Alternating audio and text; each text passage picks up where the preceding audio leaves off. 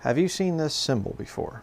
If you go to some Bible building, or if you have relatives that do and you've been around, or you know things in the occult or whatever else, I want to zoom in here. I'm going to show it here on screen. This is in a cult building, a Lutheran cult building, Lutheran in other words. And as you can see here, you can't really get too good of a shot of this thing. You can see it right there. And this is a very interesting symbol for a number of reasons. And because you can't see it, I thought I would draw out my own little rendition of it, because I zoomed in as much as I could and couldn't find this thing online, but I think that there's some very deep stuff going on here. So I'll have my lovely assistant come in here with the drawing that I did and go ahead and show it there. All right, now if you notice, if you know anything about the occult, this is the symbol here basically that was used. You have a triangle here with a circle around each one of the points. Now they would say, well, this is to represent the Godhead, you know, the Trinity. Well, the problem with that is, if you read your Bible, Acts chapter 17, Paul dealing with the pagan people there, Acts chapter 17 and verse 29, it says, "For as much then as we are the offspring of God, we ought not to think that the Godhead is like unto gold or silver or stone, graven by art and man's device." So we're not supposed to make images of the Godhead. So if this thing is depicting the Godhead, you're in violation of Scripture. But understand the occult here. If you take these three circles and you intertwine them, you get a triquetra, right? The symbol of witchcraft, the witchcraft trinity. Bring it down just a little bit. And in the center, you have IHS. Now they say it's a Latin meaning, you know, following Jesus or something essentially like that, but which is nonsense. If you really know what's going on there, it's Isis, Horus, and Set. I've heard some people say Seb as well, but Isis, Horus, Set there. In Egyptian mythology, it goes back to Semiramis, Nimrod, and Tammuz in the Babylonian tradition there. It has nothing to do with God. All right, this is a very occult symbol. But notice too that there are three butterflies in between there. There's a red one, a purple one, and a green one. And again, it represents the banner that was in this occult building there, which I'll tell you a little bit more. Actually, she'll tell you a little bit more about that in a minute. But butterflies, what is a butterfly? Well, in the occult world, it's a symbol of reincarnation. It starts out as a caterpillar. It's transformed into a beautiful butterfly. It's a symbol of reincarnation or transformation. Also in mind control, the Monarch Project. You start out with a caterpillar, a regular person, and you transform them into a beautiful butterfly, a mind-controlled slave. So there's obviously some major occult stuff going on here. My question is, to anybody out there, do you know the origin of this thing? Do you know any other details about this? Obviously very occult symbol. All right, and of course the seal of the Jesuit order, I'll put the seal up here. The seal of the Jesuit order is IHS. That means Jesuit. I'm a signature of the Superior General of the Jesuit order. That's his signature logo. Mm-hmm. But what's the significance of your life and this particular building? Where do I start? Well, we're we're not gonna do a big history thing of it here, but what's your connection to the building? Well, I was baptized as an infant in this satanic occult building that this logo has been found in, with the Lord's help. And I was, I don't know when I was exactly baptized into witchcraft, but that's what it was. Infant baptism is witchcraft. Then later on in my junior high years, I was confirmed into the Catholic, excuse me, Lutheran faith. And then upon high school graduation, you know, I was, still forced to go attend services with my parents. My mother was always forcing me into being an acolyte when I said I don't want to. She's like, "Oh, come on, you'll be good at it." Sure. But what I'm saying is, this building in particular is the one you were raised in. Yes.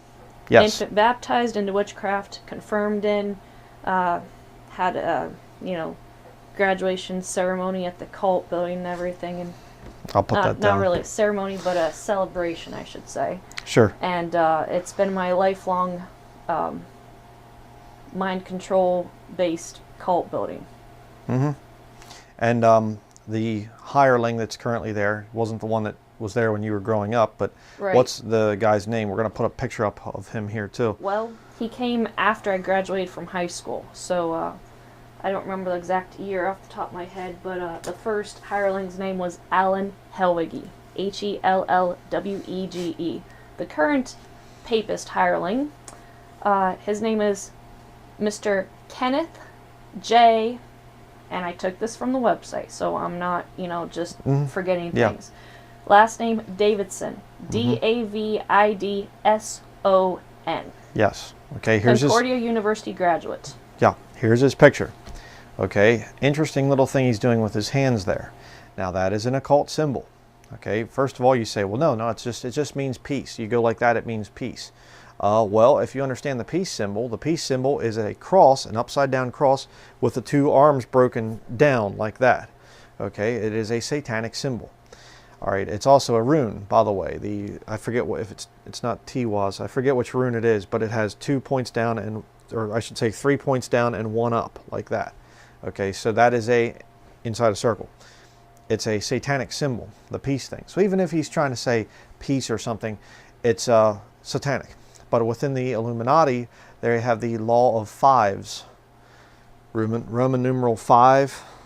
And also within the occult, you have the 2 horns of Satan up and the Trinity, the 3 down. This is also another way to do it. And I'm doing that just for illustration purposes. Somebody's probably going to take a snippet of that or something, but whatever, that's your problem. I'm not an occultist. I'm just showing you what the symbol is. But it's interesting that he would do that with both hands. Interesting too, because Jack Hyles did the same thing. And so did Ernie Land, very blatantly in his yeah. Well, he was doing the actual Il Cornato thingy, whatever with his hands, the whatever. So very interesting. And it just so happens, just by sheer coincidence, that Atlantic, Iowa is not very far from Omaha, Nebraska. Omaha, Nebraska that had the Franklin cover-up years ago. John DeCamp, where all these Republican, within the Reagan-Bush administration, these guys were basically raping small children. You say, well, that sounds like something a liberal Democrat would come out with. Yeah, except for the fact that John DeCamp was a Republican congressman. And ironically, I can relate to a lot of the stuff that's written in there. I don't understand why yet. The Lord hasn't revealed it to me yet, but in His timing, we'll bring it out. Yep. And just a really very well documented book, but very sick book. I mean, it's just really sick to read of some of the stuff that went on there. Let me get a picture here real quickly.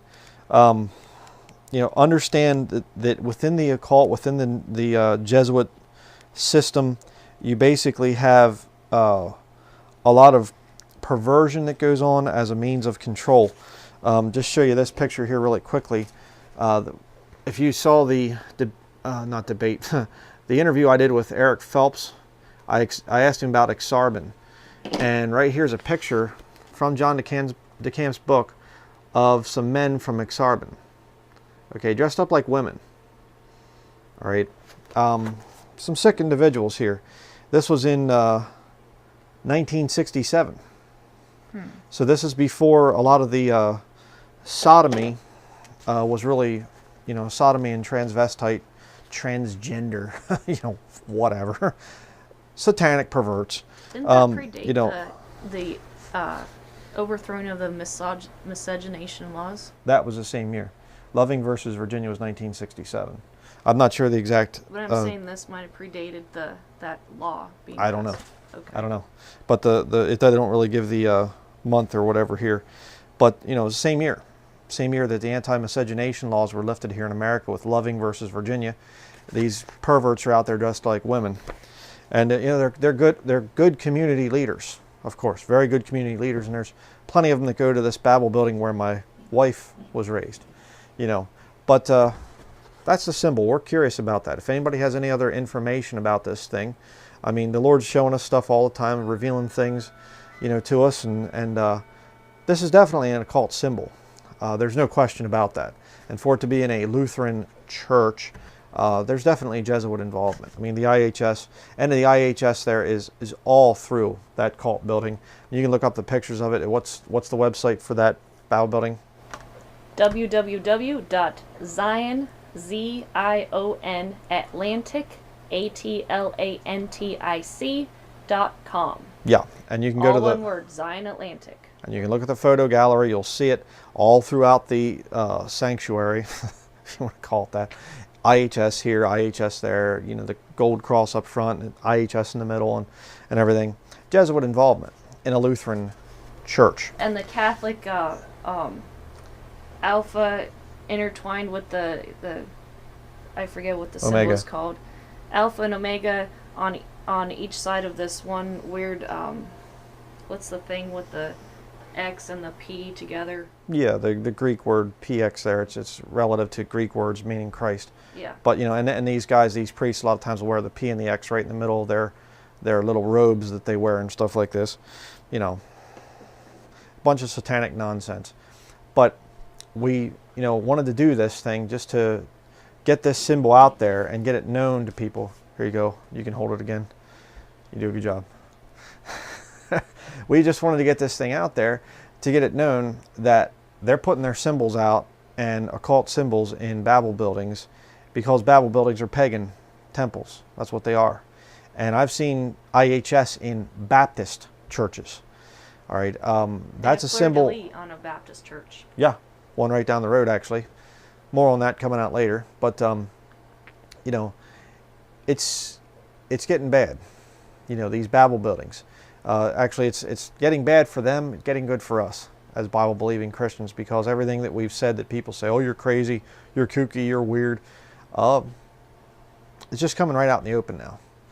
So it makes our job easier, convincing people of the wickedness and the evil. And if you are going to some place where they're running these kind of symbols, having these things out there and things, get out.